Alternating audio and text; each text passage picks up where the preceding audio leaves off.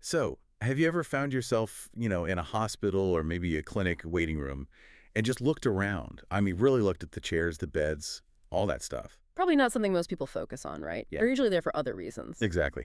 But we walk through these places all the time, and we rarely think about the furniture itself, but it's like this incredibly specialized infrastructure. Unsung heroes, you could almost say. Yeah. So today, we're doing a deep dive into something maybe a bit unexpected: the global healthcare furniture market. Our mission, really, is to pull out the key insights from the latest market projections. We want to show you just how vital and, frankly, how big this seemingly niche area actually is. And it's definitely not just about standard chairs and beds you'd find anywhere. No, not at all. We're talking high quality, medically designed, specialized stuff built for patient well-being and, making life easier for the staff, too. Okay, so let's start with the big picture, the overall scale. Globally, back in 2021, this market was already valued at around, what, $6.7 billion? That's right, a pretty hefty sum already. But here's where it gets interesting. By 2025, it's projected to hit over $8.7 billion. And looking further out, by 2033, we're talking almost $14.9 billion. Wow. Yeah, that's growing at a compound annual growth rate, or the AGR, of nearly 7% per year. Pretty robust. And what's really fascinating is why it's growing like that. It's not just random. This really reflects a critical need. It's not just about swapping out old furniture. Yeah. It's about investing in pieces specifically designed for these demanding environments, hospitals, clinics, rehab centers, and especially with aging populations, more and more elderly care So facilities. things that need to be super durable, easy to clean. Exactly. Easy sanitization is huge. Durability, adjustability for patients, ergonomics to prevent staff injuries. It all ties together. This growth is directly linked to better patient outcomes, caregiver safety, and just making these vital spaces run more efficiently. It really makes you think differently about, say, a specialized hospital bed or even those chairs in recovery rooms. Definitely. They serve a real purpose beyond just seating. It's kind of wild how these seemingly background industries are so connected to our well-being, isn't it? But, Absolutely. like any global market this big, the growth isn't the same everywhere. It varies. For sure. So let's maybe zoom in a bit, look at some of the regional differences, because each area kind of tells its own story. Yeah, let's do that. Where should we start? North America. Sounds good. It's usually the big player, right? Still dominant Oh, here. absolutely. North America holds a major share. Back in 2021, it was over $2.5 billion. And the projection, by 2033, it's looking like roughly $5.4 billion. So growing steadily at about 6.5% annually. And within that, the U.S. is obviously the giant. Yep, the US leads the way. Expected to hit over $4.3 billion by 2033. But what's quite interesting is Canada. Oh, yeah. While it's a smaller market overall, its growth rate is actually a bit stronger, over 7% GovEAGR. It should reach almost $750 million by 2033. Stronger momentum. Yeah. And Mexico adds a steady contribution too, projected around $380 million.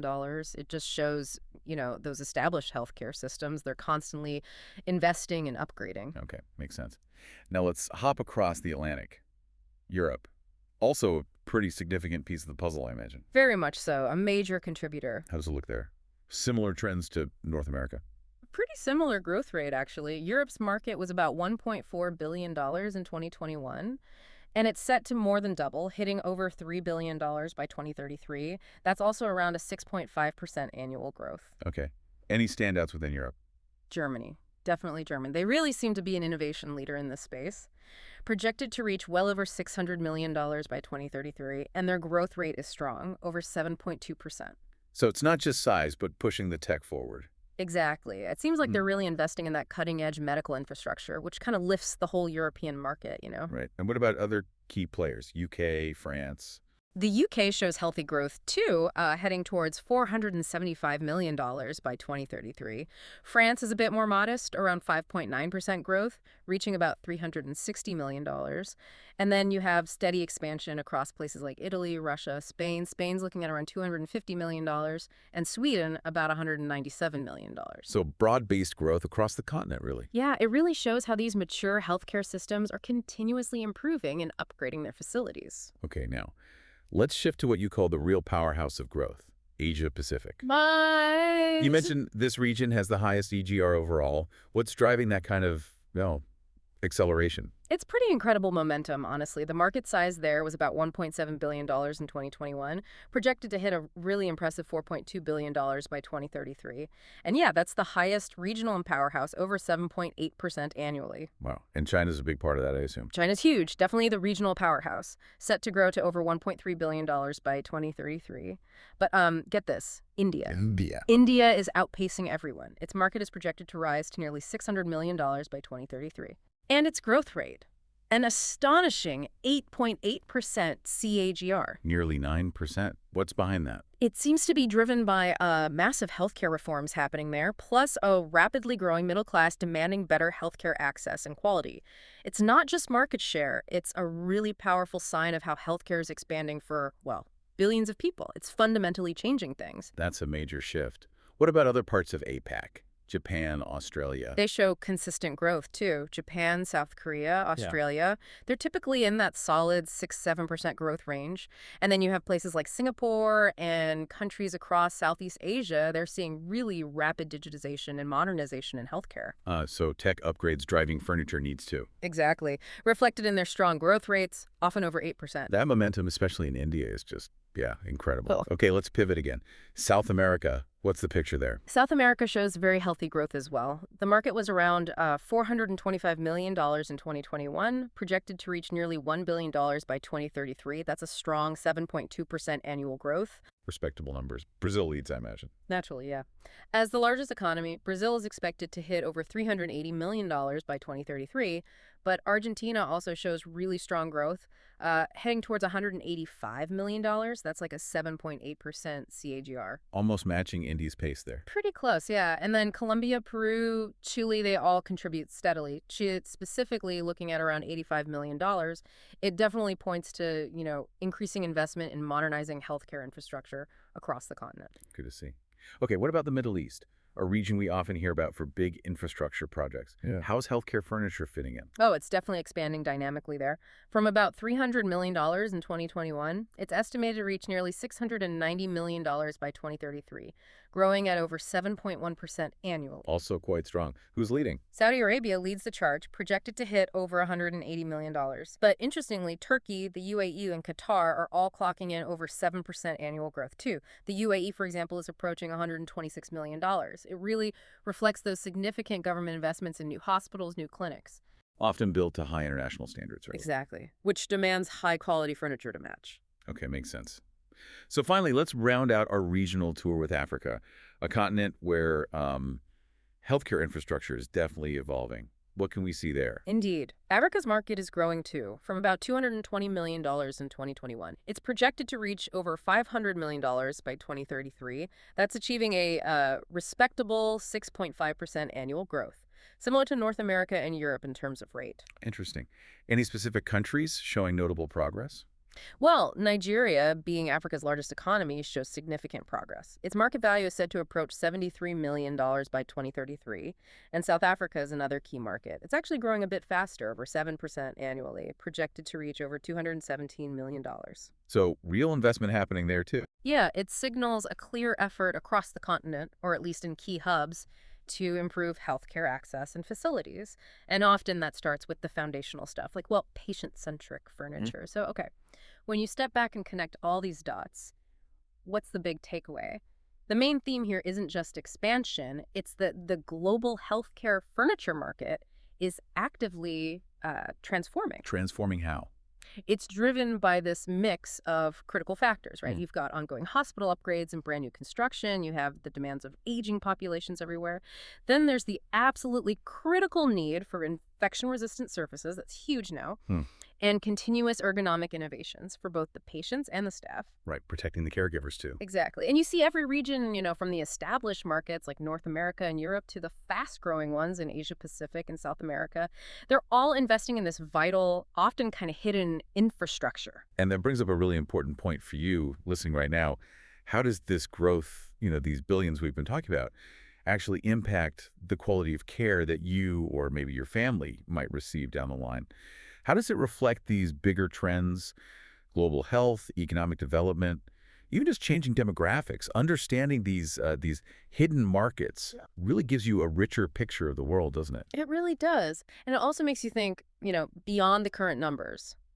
What's next? What might the next wave of innovation look like in healthcare furniture? We've talked materials, ergonomics.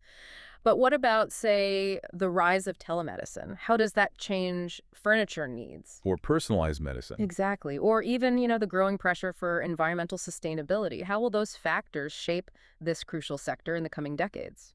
So it seems simple, just furniture, but it's actually tied into some really complex, evolving issues. Absolutely. It's a market that holds really significant implications for global health and well-being. And yeah, it's evolving faster than you might think. Sometimes the most fundamental things, the things we see every day, we overlook them. But often, that's where some quiet revolutions are happening. Take hospitals, for instance.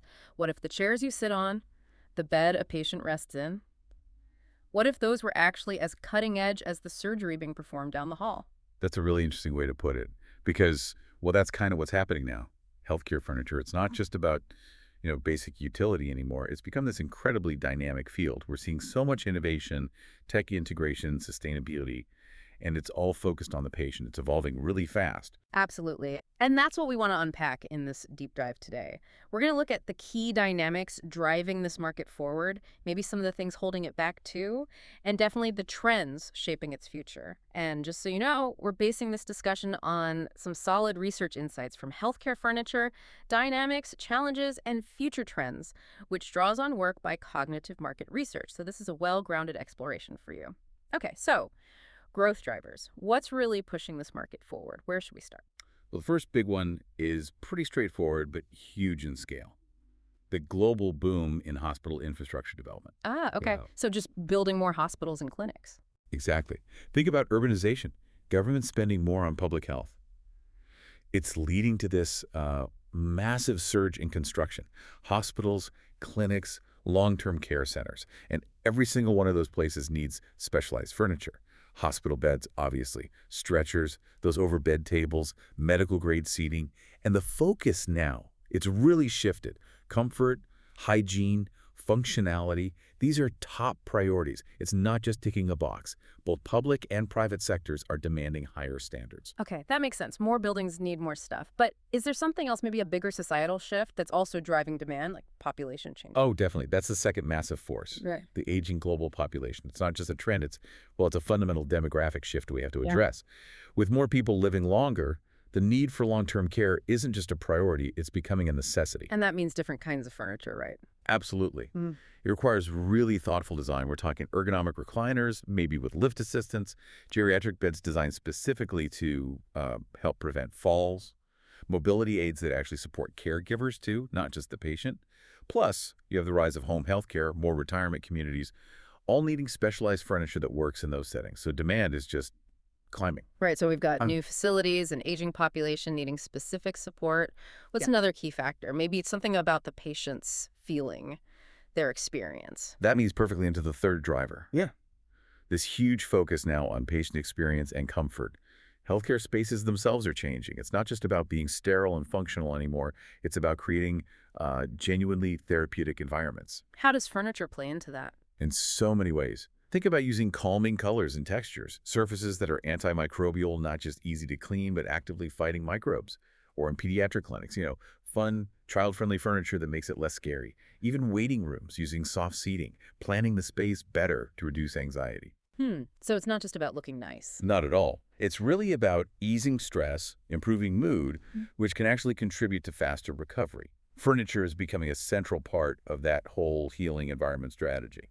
Okay, so it sounds like a market with a lot going for it, but, every industry has its challenges. What are the headwinds here? What's holding things back? Yeah, there are definitely obstacles. One of the biggest restraints is simply the cost. Specialized healthcare furniture is expensive.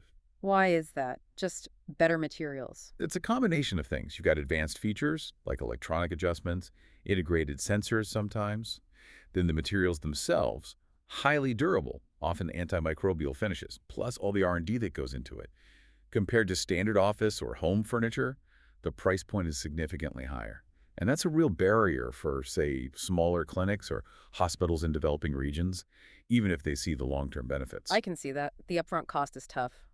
What else? You mentioned specialized. Does that mean lots of rules and regulations? Oh, absolutely. That's the next major challenge. Hmm. Strict regulatory compliance. It's incredibly rigorous. Like safety tests. Exactly. Safety, hygiene, durability. Furniture has to pass a whole battery of tests. Flammability standards are a big one. Weight capacity, how it supports patient mobility. Think about standards from bodies like ANSI in the US or specific fire codes. Adhering to all of that adds significant cost and time to development. It can slow down innovation and make it really tough for smaller manufacturers to compete. Okay, so cost and regulations. What about just getting the stuff where it needs to go? These are often big items, right? That's the third hurdle, supply chain complexities. You're right, these aren't small packages. Transporting bulky items like hospital beds or examination chairs is inherently expensive. Yeah. And, as we've all seen recently, these supply chains are vulnerable. The pandemic showed that clearly.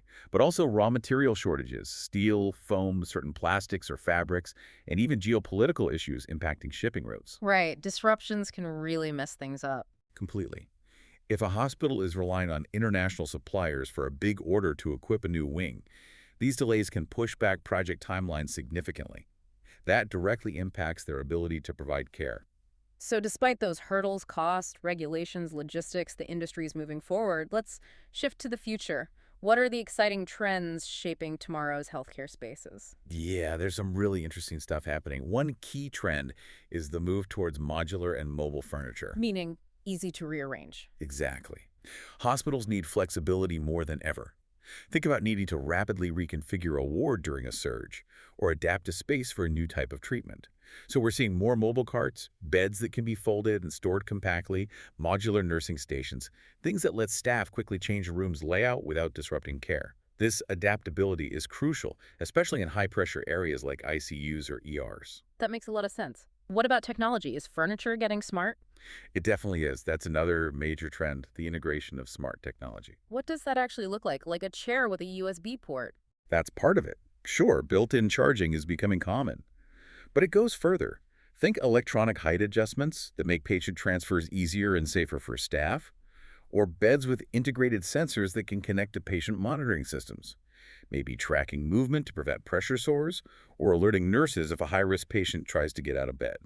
Wow, okay, so it's about efficiency and safety too. Precisely. These tech features help caregivers work more efficiently, they improve patient safety, and it all ties into the bigger push for digital transformation in healthcare.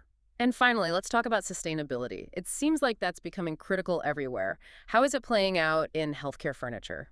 It's huge, and rightly so. Right. It's not just an option anymore. It's increasingly becoming a requirement. Right. Healthcare providers are actively looking for furniture made from green materials, non-toxic, recyclable if possible. Why the push? Is it just environmentalism? Yes, partly that, but it also ties directly into health.